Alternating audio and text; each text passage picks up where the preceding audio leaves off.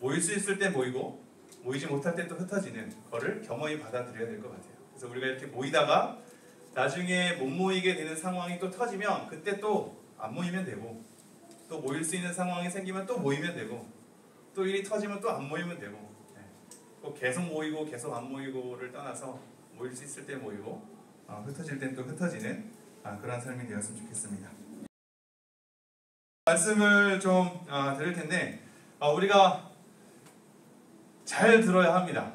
말씀을 그냥 들리는 대로 듣는 게 아니라 잘 들어야 해요. 이제는 우리가 왜 교회에 모이게 되는지에 대한 뚜렷한 이유가 여러분 안에 마련이 돼야 되거든요. 그냥 흘러오는 대로 흘러왔다가 이런 사태 터지면 왜 모이는지에 대해서 정확하게 내가 갖고 있지 않으면, 왜 예배해야 되는지에 대해서 정확하게 이유를 내가 갖고 있지 않으면 아무 소용 없으니까, 그치? 왜 모여야 되는지 모르니까, 이런 상황에 모여야 될 이유가 없으니까.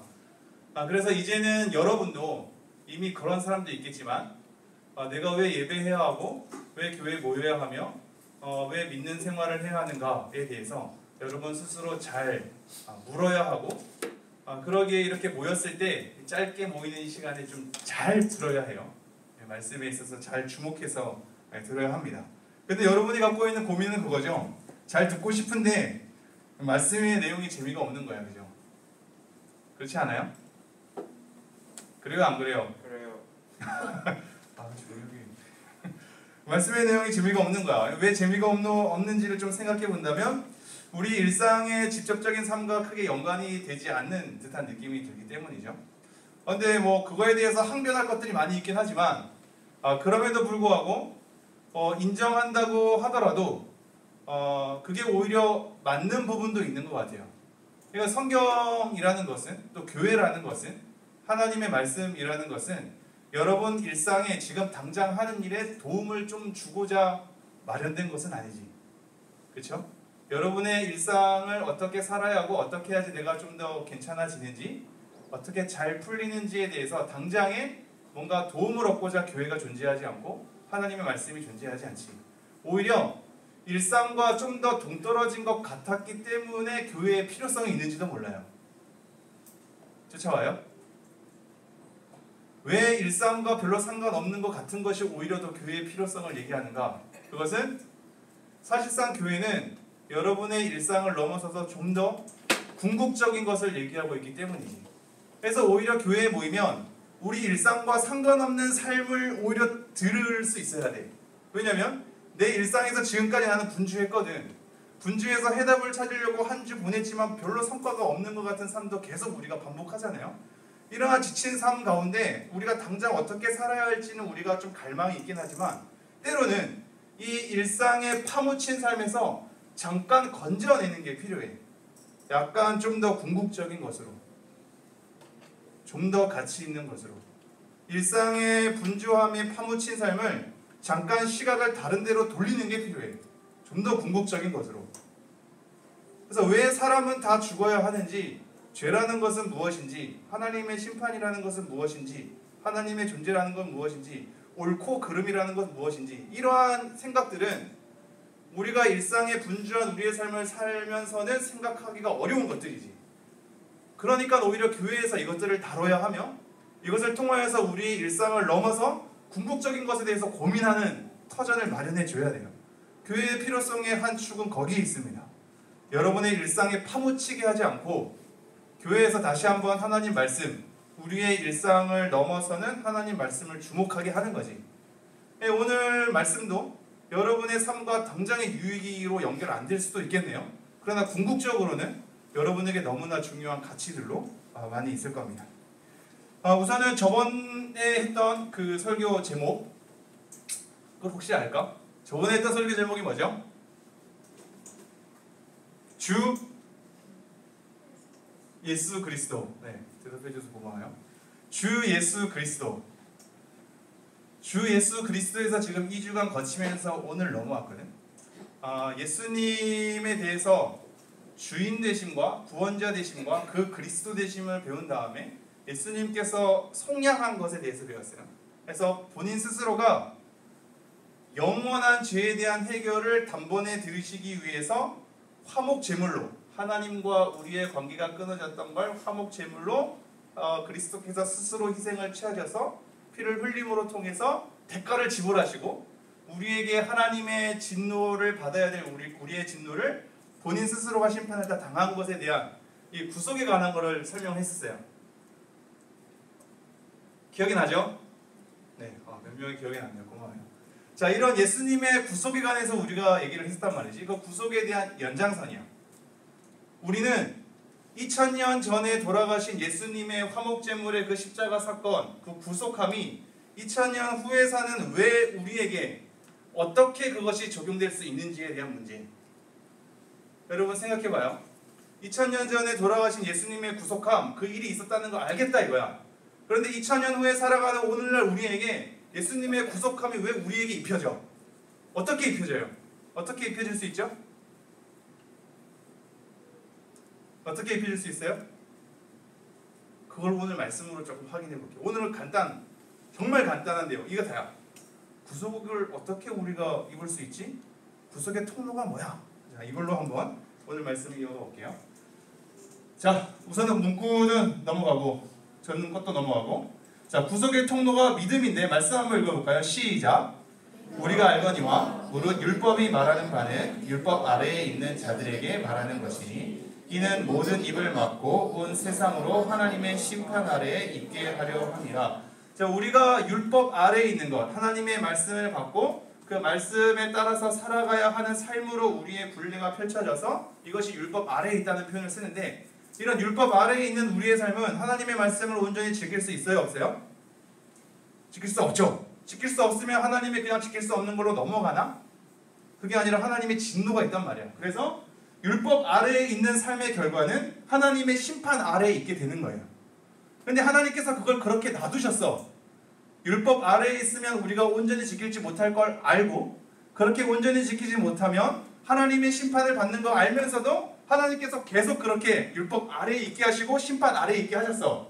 자, 그리고 다시 한번 읽어볼까요? 시작.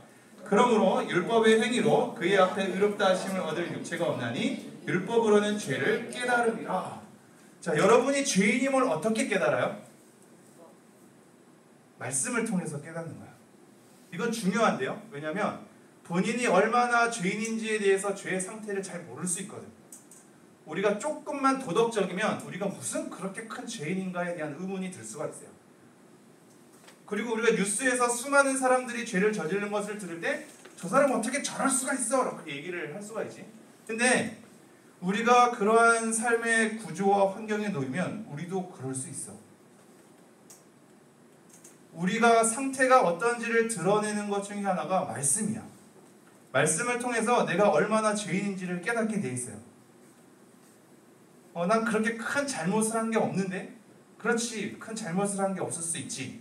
그런데 하나님을 경외하고 하나님을 사랑하고 하나님의 또 다른 말씀을 순종하지 않는 것 또한 다 율법을 지키지 않는 거고, 그러면 심판 가운데 있는 거거든. 우리가 수많은 하나님의 말씀에 대한 요구를 바라볼 때마다 그렇게 살지 못하는 나를 발견하게 되죠. 그 속에서 나는 내가 얼마나 죄인인가를 깨닫게 되는 거야. 여러분, 이것은 사실 중요해요.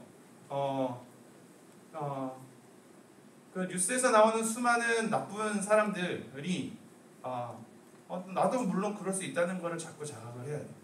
내 상태가 충분히 그럴 수 있어. 그것이 튀어나오도록 환경과 조건과 내 어떤 머리 쓰는 것들이 발휘가 안 됐을 뿐이야. 충분히 그 상황에서, 그 여건에서, 그 조건을 가지고 머리 좀만 굴리면 우리는 그럴 수 있다고. 그래서 말씀으로 스스로 계속 자기가 얼마나 죄인인지를 깨달아야 돼요. 자, 그러면서 이렇게 되어 있죠. 말씀 읽어볼게요. 시작. 이제는 율법에 하나님의 한 의가 나타났으니 율법과 선지자들에게 증거를 받은 것이라. 그토록 율법 자체에서 그리고 선지자들에게서 계속 증거된 게 있는데, 율법은 율법대로 우리에게 계속 쏟아지는데 율법으로서는 이룰 수 없는 한 의가 나타났대. 하나님의 한 의. 율법으로는 우리가 심판을 받을 수밖에 없게끔 죄를 깨닫는 상태에 있어. 이러한 율법의 패턴이 아니라 율법 외에 하나님의 한 의가 나타났대요. 그러면서 이렇게 얘기하죠. 시작. 곧 예수 그리스도를 믿음으로 말미암아 모든 믿는 자에게 미치는 하나님의 의니 차별이 없느니라. 자, 율법의 패턴으로는 우리가 계속 그것을 이룰 수 없어서 심판받을 수밖에 없고 우리가 얼마나 죄인인지를 계속 깨달을 수밖에 없는 패턴 속에 있어요. 그러나 이런 율법의 패턴 말고 다른 하나님의 한 의가 나타났으니 그리스도, 예수 그리스도를 믿음으로 말미암아 모든 믿는 자에게 미치는 하나님의 의다. 예수 그리스도를 어떻게 한다고요? 믿는 자. 그리고 예수님의 구속을 우리는 무엇으로 말미암아 얻어요? 믿음으로 말미암아 얻어요. 이게 오늘의 말씀의 다야. 믿음으로 말미암아 2000년 전에 돌아가신 예수님의 속량, 구속하심이 우리에게 입혀질 수 있는 거야. 시대가 다르고 우리는 전혀 알지도 못하는 그분, 과거에 이루어진 그 일들이 오늘날 살아가는 우리에게 그리고 앞으로 아직 태어나지 않는 그들에게 어떻게 영향을 미칠 수 있냐면 믿음으로 말미암아. 그게 하나님의 방식이에요. 다른 것으로는 하나님의 의를 획득할 수 없고 오직 예수 그리스도를 믿음으로 말미암아 그 모든 믿는 자에게 미치는 하나님의 의가 우리에게 덧입혀지는 거죠. 믿음으로 말미암아. 자, 다음 말씀 읽어볼까요? 갈라디아서 3장 23절인데 시작. 믿음이 오기 전에 우리는 율법 아래에 매인바 되고 계시될 믿음의 때까지 갇혔느니라. 똑같은 말씀이지. 계속 우리는 율법 아래에 갇히는 거야. 그러면서 믿음으로 말미암아 구원을 얻는, 누구를 믿음으로 말미암아? 예수 그리스도를 믿음으로 말미암아 구원을 얻는 그때를 계속 기다리는 거죠. 자, 그리고 갈라디아 3장 24절 시작. 이같이 율법이 우리를 그리스도께로 인도하는 초등 교사가 되어 우리로 하여금 믿음으로 말미암아 의롭다함을 얻게 하려 함이라. 자, 율법이 누구에게 인도하는? 그리스도께로 인도하는 초등 교사가 된대. 이거는 중요한데 율법을 통해서 자꾸 죄를 깨닫는다고 했잖아. 그러니까 스트레스가 되는 거야. 우리를 자꾸 죄인으로 만들어 버리거든. 그러면 목사님 율법은 나쁜 거 아닙니까? 우리를 자꾸 죄인으로 만들어 버리면 율법 나쁜 거 아니에요? 근데 하나님께서 율법을 주셨잖아. 하나님이 주신 율법이 우리를 자꾸 악한 것으로 깨닫게 한다고 그것이 나쁜 것으로 지금 매도가 될 수 없지. 하나님은 죄를 깨닫게 하는 동시에 그리스도께로 인도하는 초등 교사로 율법을 삼았대. 그러므로 율법 자체는 굉장히 선한 거죠. 우리의 악함이 드러나기 때문에 나쁜 것처럼 느껴지지만 오히려 죄를 깨닫게 하는 순기능과 이것을 통하여서 그리스도가 필요하다라는 자각이 일어나게 되지. 그래서 그리스도께 인도하는 거예요. 율법이 우리를 그리스도께로 인도하는 초등교사가 되어 우리로 하여금 무엇으로 말미암아? 믿음으로 말미암아. 믿음으로 말미암아 의롭다함을 얻게 하려 함이라. 우리가 뭔가 행한 게 없어. 행한 게 없어서 뭔가 공짜로 덧입혀지는 것 같아서 우리에겐 낯설지. 그죠? 우리는 원인과 결과가 필요하거든. 내가 뭔가를 했을 때 결과가 얻어져야 그 결과에 대한 보람이 있고 내가 이렇기 때문에 나는 얻었다라는 어떤 만족감이 있지. 그런데 내가 행한 것이 없이 얻어지니까 뭔가 그것이 아무것도 아닌 것 같고 별 효과가 없는 것 같은 우리가 착각이 일어나는데 그렇지 않아요. 하나님의 방식이야. 왜냐하면 율법으로는 하나님의 의를 획득할 수 없기 때문에 율법을 통하여서 죄를 깨닫고 그리스도가 필요하다라는 자각을 얻게 되면서 그 하나님의 말씀 약속을 믿는 자들에게 하나님께서 우리가 의롭다고 여겨주심을 받는 이 하나님의 방식으로 말씀이 선언되고 있죠. 자, 그러면서 이렇게 읽고 있어요. 시작. 믿음이 온 후로는 우리가 초등교사 아래에 있지 아니하노다. 이제 믿음으로 말미암아 구원받은 우리는 예전에 율법의 패턴 아래에 있어서 죄를 깨닫긴 하지만 죄 아래 가둬지는 상태가 아니라 이미 그 속에서 벗어나서 하나님의 의를 입은 상태가 되는 거죠. 자, 그러면서 이렇게 얘기합니다. 시작. 너희가 다 믿음으로 말미암아 그리스도 예수 안에서 하나님의 아들이 되었으니. 자, 무엇으로 말미암아? 믿음으로 말미암아. 이 구속의 통로, 하나님의 아들이 되는 통로, 유일한 방식이 이 믿음입니다. 그런데 이걸 잘 기억해야 돼요. 지금 오늘은 구속을 우리에게 가져다주는 통로가 믿음이란 걸 여러분에게 강조하고 있는데 이것 때문에 우리의 믿음 생활에 대해서 계속적으로 고민하거든. 나는 과연 믿는다고 얘기할 수 있을까? 내 이 믿음 상태를 보노라니 이것은 너무 형편없는 것 같거든. 하나님 생각도 잘 안 하고 별로 성숙한 어떤 일도 잘 안 하고 그럼 나는 지금 교회에 그냥 출석만 하러 오는 것 같은데 나는 이 학교에서의 삶과 학원의 삶은 누군가에게 공개하기가 조금 부끄러운 내 마음대로의 삶이 많은데? 라고 고민하면서 믿음에 대한 나의 상태에 주목할 때가 많아. 따라오죠. 나는 과연 믿는다고 얘기할 수 있을까? 나는 믿음을 가진 사람이라고 사람들한테 소개할 수 있을까? 나는 성숙한 믿음을 갖고 있는가? 나는 평일에 나는 신앙인으로서 생활하고 있는가에 대한 믿음의 상태에 대해서 우리는 묵상을 많이 한다고. 근데 원래 중요한 건 우리의 믿음의 상태가 아니야. 믿음의 내용이 중요해요. 무엇을 믿고 있는가가 중요해요. 내가 어떻게 믿고 있는가도 중요하지. 근데 그 이전에 내가 무엇을 믿고 있는가가 중요해.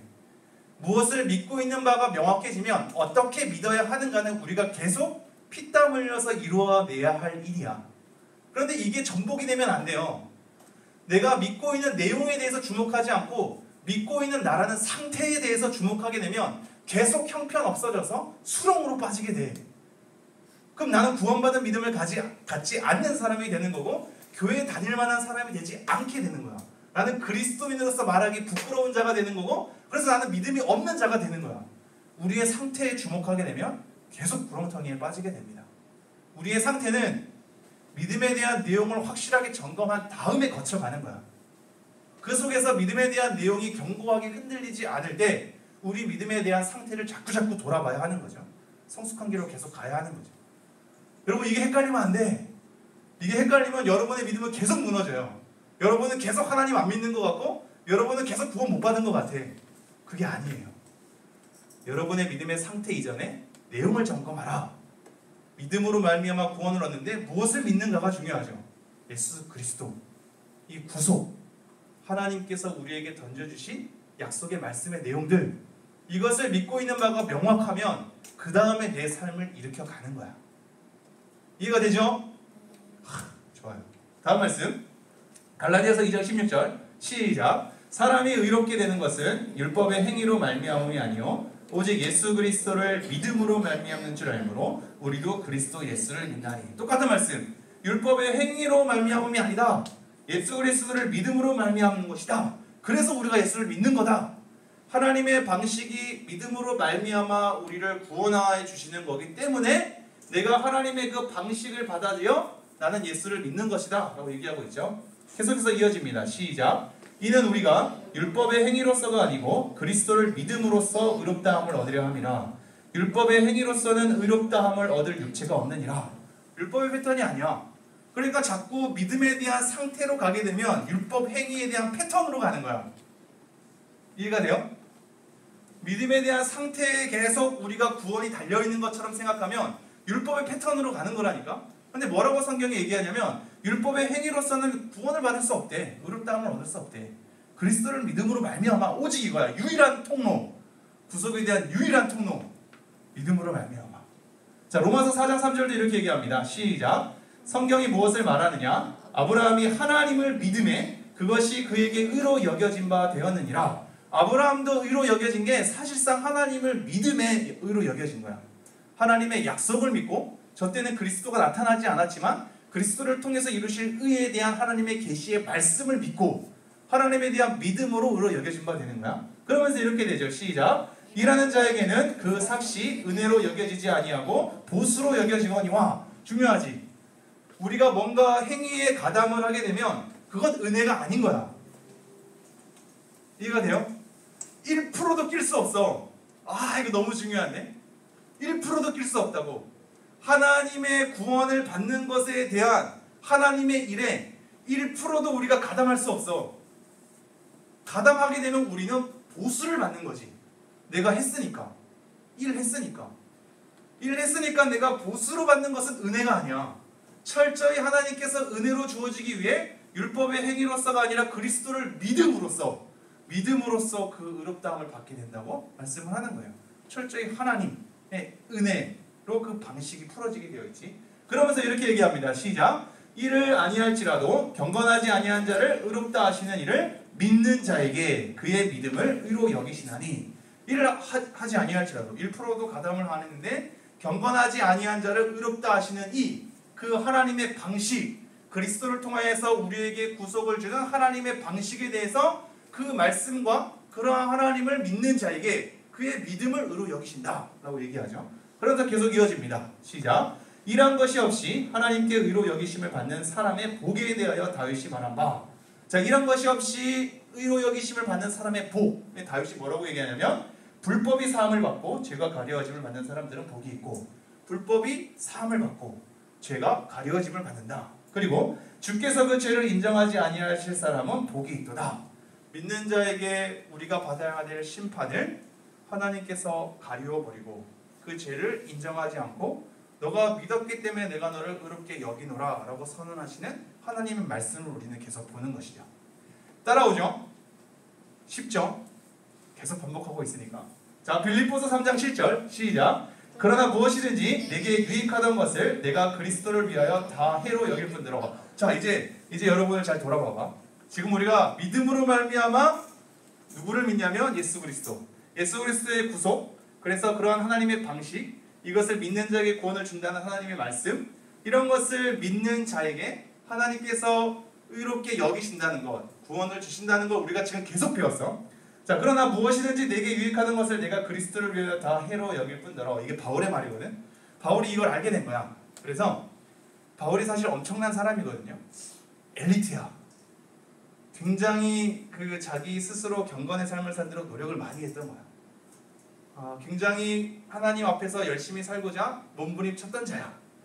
그렇게 행하는 모든 삶의 여건이 있었어. 혈통적으로나 가문적으로나 그 사람이 공부하는 그룹적으로나. 엄청난 사람인데 내게 유익하던 것을 내가 그리스도를 위하여 뭐로 여긴다고요? 해로 여긴다고요. 이 손해거든, 손해. 이게 무슨 얘기냐면 이거야. 그냥 예전에 엄청 좋았던 그날 그냥 이제는 그런 거 필요 없어, 이 정도가 아니야. 내가 그렇게 추구했던 삶이 나에게 해였구나라는 거야. 나에게 손해였구나. 왜 손해였을까? 그렇게 추구했던 삶 때문에 그리스도를 얻지 못했거든. 바울이 엄청난 사람인데, 엄청난 배경이 있는 사람이고 엄청난 엘리트의 사람인데 엄청나게 노력과 헌신을 하면서 사람들이 우러러볼 정도의 높은 위치에 있던 사람인데 그렇게 추구했던 삶이 그냥 쓸모없는 정도가 아니라 오히려 나에게 손해였다. 왜냐하면 그러한 추구와 그러한 열심과 그러한 배경 때문에 오히려 그리스도께 나아가지 못했다라고 얘기하는 거예요. 그래서 뒤에 말씀 이렇게 이해하시죠. 함께 읽겠습니다. 시작. 또한 모든 것을 해로 여김은 내 주 그리스도 예수를 아는 지식이 가장 고상하기 때문이다. 모든 것이 손해가 된 거야. 그리스도 예수께 나아갈 수가 없는 삶의 추구가 됐거든. 여러분, 이것을 이렇게 생각해요. 여러분이 지금 열심히 공부하고 좋은 훌륭한 사람이 되고자 노력하는 이 분주한 삶들, 갖춰야 될 삶들, 그러한 현실 가운데 놓여 있는 여러분이 너무 안쓰럽고 응원하고 싶은 마음입니다. 그러나 그게 그리스도를 믿는 믿음 없이 행해질 때에는 그 열심이 나중에 제가 괜찮아지고 난 다음에 하나님께 영광을 돌릴게요로 가지 않고 그리스도를 나아가는데 오히려 손해를 일으키는 삶이 되는 거야. 그리스도를 믿고 나아가는데 손해를 일으키는 삶이라면 우리는 그 삶에 지금 목매달아야 하는가를 한 번쯤 생각해야죠. 그 삶 자체가 아무 쓸데가 없다는 게 아니에요. 그리스도를 믿고 그리스도를 위한 삶으로 그것을 도구로 활용하면 무한하게 우리는 유용한 삶이 되는 거지. 그런데 지금 우리가 그리스도께 나아가지 못하도록 하는 삶이라면 당장 우리의 현실 속에서는 사람들이 우러러 볼 수 있을지 모르나 오히려 우리에겐 손해다. 그 모든 것이 손해다. 왜냐하면 내 주 그리스도 예수를 아는 지식이 가장 고상하기 때문이다. 이 고상하다는 건 차원을 넘어서서 엄청나게 뛰어나고 엄청나게 위대한, 그래서 다른 것들은 그것에 비해서 아무것도 아니게 되는, 그게 가장 고상하다는 건데, 예수님을 믿고 나니 그러한 삶들은 다 의미가 없고 오히려 나의 삶에 방해가 되고 나의 삶에게 손해를 일으키는 것이구나 라를 그리스도 예수를 믿음으로 깨닫게 되는 거지. 그러면서 이렇게 얘기해요. 내가 그를 위하여 모든 것을 잃어버리고 무엇으로 여김은? 배설물로 여김은. 배설물이 똥일 수도 있고 음식물 쓰레기일 수도 있고 음식물 찌꺼기라고 해서 번역을 할 수 있거든요. 똥이든 음식물 쓰레기든 찌꺼기든 그 모든 것을 배설물로 여긴대. 배설물로 여기면서 무엇을 얻는다고요? 그리스도를 얻고요. 그리스도를 얻고. 내가 지금 그리스도께 나아가지 못하게 하는 나의 분주한 삶이 나를 괴롭힌다면 그 모든 것을 이제 배설물로 여기고 그리스도를 얻는 것이 필요한 것이. 그러면서 이렇게 얘기합니다. 제가 읽을게요. 그 안에서 발견되려 함이니 그리스도를 얻고 그 다음 뭐라고? 내가 그 안에서 발견되는 거야. 그리스도 안에서. 그리스도 안에서 나라는 존재를 발견하는 거야. 그리스도 밖에서가 아니라 나의 삶이 세상에서 쫓아가는 그리스도의 밖에서의 삶이 아니라 그리스도 안에서 나라는 사람을 발견하기 위해서 하나님께로 나아가지 못하게 하는 모든 것을 쓰레기로 여기는 거, 찌꺼기로 여기는 거. 그것을 통해서 내가 그리스도를 얻게 된다면, 그리고 나라는 존재가 그 안에서 발견되게 된다면 나는 그렇게 다 여기겠다. 자, 내가 가지고 있는 율법에서 난 것이 아니요 오직 그리스도를 믿음으로 말미암는 것이니 곧 믿음으로 하나님께로부터 난 의라. 자, 우리는 지금 믿음으로 말미암아 구속을 입는 것에 대해서 계속 살펴보고 있어요. 그러므로 여러분에게 계속 믿음을 촉구할 수밖에 없어요. 개개인적으로 여러분을 조금 만나보니 믿음을 아직 많이 갖지 않는 친구들이 많이 있거든. 그래서 우선은 우리가 분주하게 쫓아가는 삶의 자리를 정돈하고 그리스도를 얻는 것이 필요하고 내가 그 안에서 발견되는 것이 필요하기 때문에 우리는 자꾸 믿음을 갖는 어떤 상황으로 우리 스스로를 극단으로 몰아가야 돼. 그럼 믿음은 어떻게 가져야 합니까? 라고 얘기한다면 지금 이 말씀이 도움을 주고 있는데, 자, 내가 아버지 안에 가고 아버지께서 내 안에 계심을 믿으라. 이건 요한복음인데 10장 17절 이거 다시 한번 읽어볼게요. 시작. 그러므로 믿음은 들음에서 나고 들음은 그리스도의 말씀으로 말미암느니라. 자, 믿음으로 말미암아 구속함을 입는데 그러면 난 믿음을 갖고 싶어요. 믿음을 어떻게 갖나요? 라고 물어본다면 우선은 성경에서 가장 기본적으로 제시하는 바가 믿음은 들음에서 나며 들음은 그리스도의 말씀으로 말미암았느니라 라고 얘기를 하고 있거든. 근데 여러분 잘 봐봐요. 그냥 들으면 믿음이 생겨요? 그냥 들으면 믿음이 생겨요? 이게 그냥 너무 순진한 열정으로 가면 대북방송 같은 게 되는 거야. 때문에 질려버려서 교회 안 나오는 사람이 생길 수도 있어. 힘들어. 여러분에게 선택권을 준다고 여러분이 하나님을 잘 믿을까? 요즘에 이제 젊은 부모님들은 인격적으로 하시려고 믿음을 강요하지 않고 여러분에게 선택을 주지. 여러분도 그런 생각 가질걸? 내가 부모가 되면 나는 강요하지 않을 거야. 선택권을 줄 거야. 저는 선택권도 다 좋았거든요. 우리 자녀들 말고 청소년부 다른 데서 막 걸으면서 선택권을 주면 우리가 선하게 잘 하면 좋은데 그렇지 않아요. 대부분은 잘 안 믿어. 선택권을 주면 잘 안 믿어요. 그렇다면 강요하는 게 맞나? 막 계속적으로 라디오 틀고 막 쫓아갈 때마다 이거 들으라 그러고 막 그렇게 하면 믿음이 막 생겨요? 그렇지도 않지. 너무 힘들어. 어려가 믿고 싶다라는 마음이 생길 수 있을까에 대한 점검. 그게 가능할 것 같아요? 하나님을 안 믿는 자가 믿고 싶은 마음이 생길 것 같아? 믿음은 우리 스스로 취하는 게 아니야. 믿음은 우리가 갖고 싶다고 막 갖는 게 아니야. 왜냐하면 믿음을 우리가 가질 수 있다면 우리의 의지로 믿음을 가졌기 때문에 우리가 그 믿음을 스스로 놓을 수도 있어. 그럼 무슨 문제가 생기냐면요, 내가 믿음을 가져서 구원을 받은 거기 때문에 내가 나중에 믿지 않기로 결정하면 구원이 없어져 버리게 돼버려. 이해가 가죠? 믿음을 내가 선택할 수 있으면 내가 선택한 선택의 결과에 따라 이럴 수도 있고 저럴 수도 있게 돼버려. 그러면 그것은 은혜가 아니지. 내가 믿기로 결정했기 때문이며 내가 믿지 않기로 결정했기 때문에 구원이 갑자기 있다가도 없어져 버리는 거야. 과연 믿음이라는 게 그렇게 우리에게 생기는가? 나중에 한 9월, 10월 달에 이 믿음에 대한 주제로 좀 더 세밀하게 살펴보긴 할 거지만 여러분 그렇지 않죠? 믿음은 하나님께로부터 오는 거거든. 그럼 우리의 고뇌는 여기서 생겨. 그 청년과 나의 고민은 여기였어. 하나님께로부터 생긴다면, 성령의 역사로부터 믿음이 일으킨다면 제가 할 것이 없네요. 하나님이 주셔야 되잖아.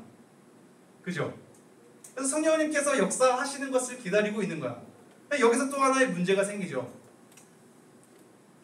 하나님을 믿지 않는 자가 성령의 역사하심을 믿고 기다린다는 게 말이 돼?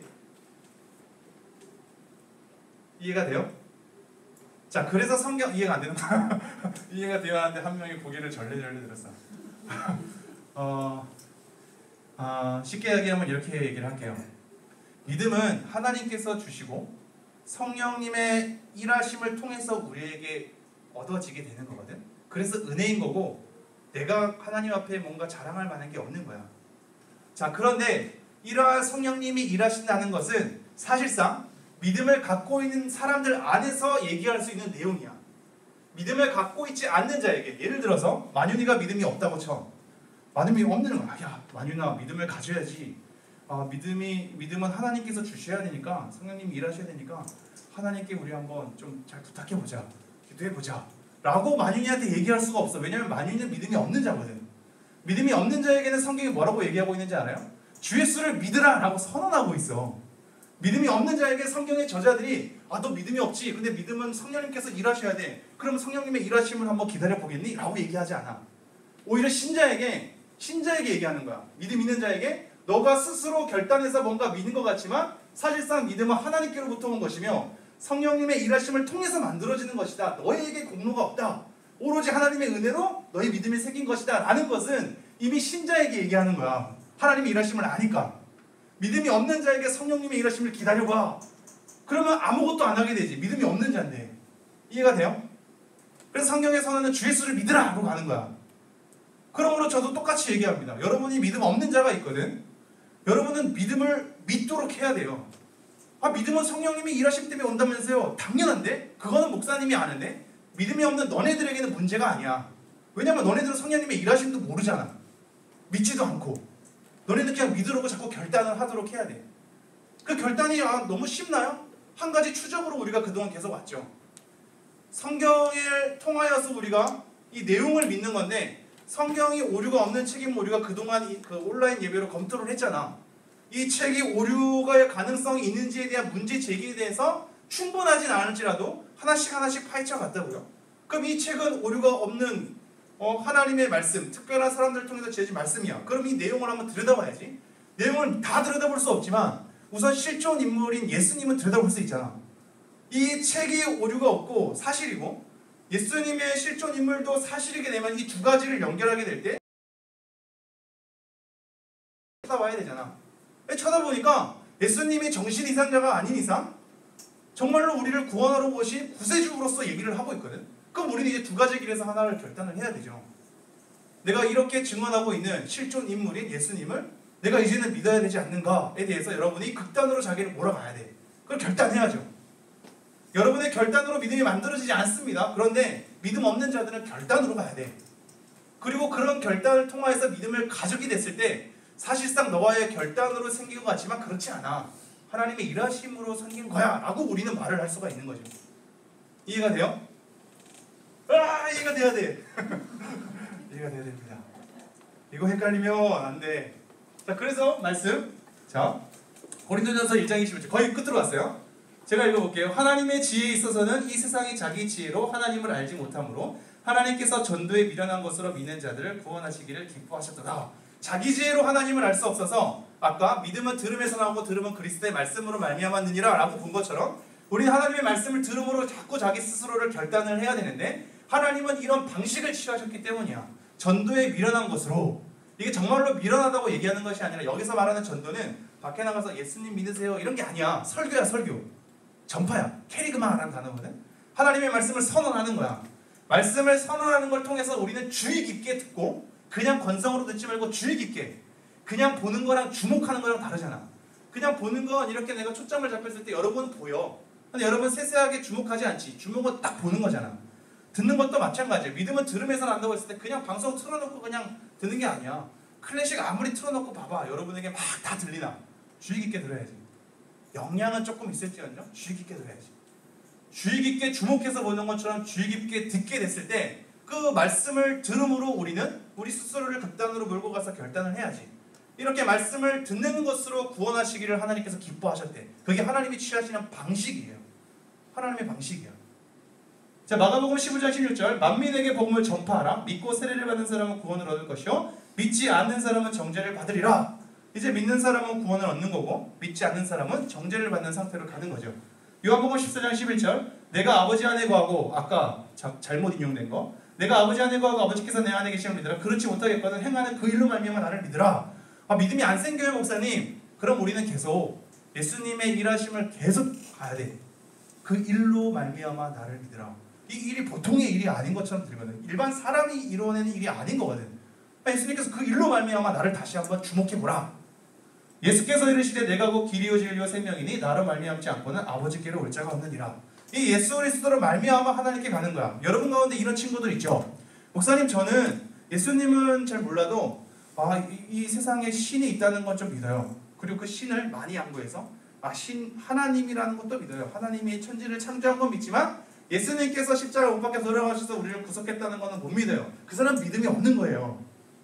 나는 하나님을 믿고 예수님은 조금 부족하니까 그래도 어느 정도 믿음이 있다고 착각하면 안 돼. 예수님을 말미암지 않고서는 아버지께로 갈 자가 없는 거예요. 예수님부터 시작해야 돼. 예수님의 일하심을 목격하고 이게 어떠한 분인지를 우리가 주목해봐서 이건 보통 일이 아닌데?